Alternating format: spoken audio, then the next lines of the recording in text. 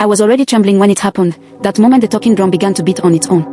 We were only 3 of us inside the abandoned courtyard that night, yet the echoes of the drum sounded as if 20 unseen hands were striking it. Kikiko, kikiko, kokoki. The rhythm was wrong. No human drummer plays like that. And the worst part. The drum was hanging 2 feet above the ground, swaying slowly, as if something was dancing with it. I swear on my father's name I saw it happening with my own eyes. Let me start from the beginning. 3 days earlier, news had spread through Aero Town that old Baba Arohun, the master drummer, had died. For 60 years he was the soul of every festival, the man who could make a drum speak secrets. People said his spirit never truly left his workshop. Of course, I didn't believe any of that until that night. My friend, Connor, had dared me to follow him to the old courtyard, where Baba Arohun used to teach. He wanted to retrieve one of the carved drums left behind. He claimed it could sell for a fortune. I should never have agreed. The moon was thin like a blade, cutting through the darkness as we slipped into the courtyard. Everything smelled of dust, old wood, and something else, something sour, like forgotten blood. Connor went ahead, pointing his torch toward the drums hanging from the rafters. "Look at that one," he whispered. "The carved red drum. The one people say can call spirits." I laughed nervously, pretending not to be scared. But then we heard footsteps behind us. Slow. Heavy. Dragging. We turned. No one was there.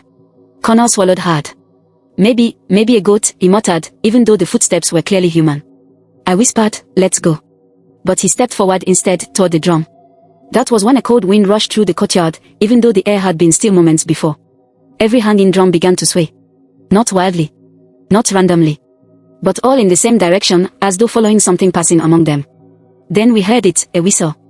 A thin, sharp whistle, the kind Baba Arohun blew during festivals. My legs turned to water. The whistle came again. This time, right behind my ear. I spun around. Nothing there, except the red drum, suddenly closer than before. Then it lifted. Slowly. Deliberately. It rose until it was floating, suspended by nothing but darkness. Connor gasped. "Baba Arohun," he whispered.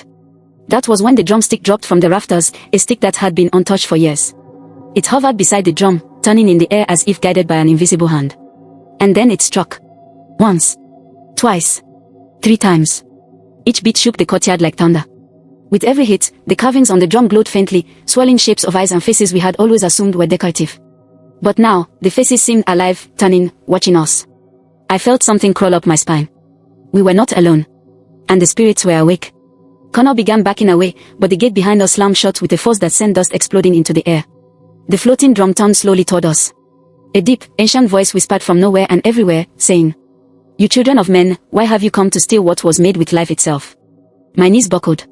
Connor fell flat on his back. The drumstick tapped the drum again, softly this time, like a warning heartbeat.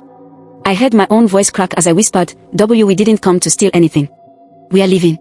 Please, let us leave." Another beat. A louder one. The voice returned, saying, "Do not return." And just like that, the drum dropped to the ground. The gate creaked open on its own. We ran. We didn't stop running until the sun began to rise. To this day, Connor still refuses to talk about what we saw. And sometimes, late at night, I hear faint drumming far in the distance, a rhythm I can never forget. But I will never, ever, go near that courtyard again. Because some drums are not meant to be touched.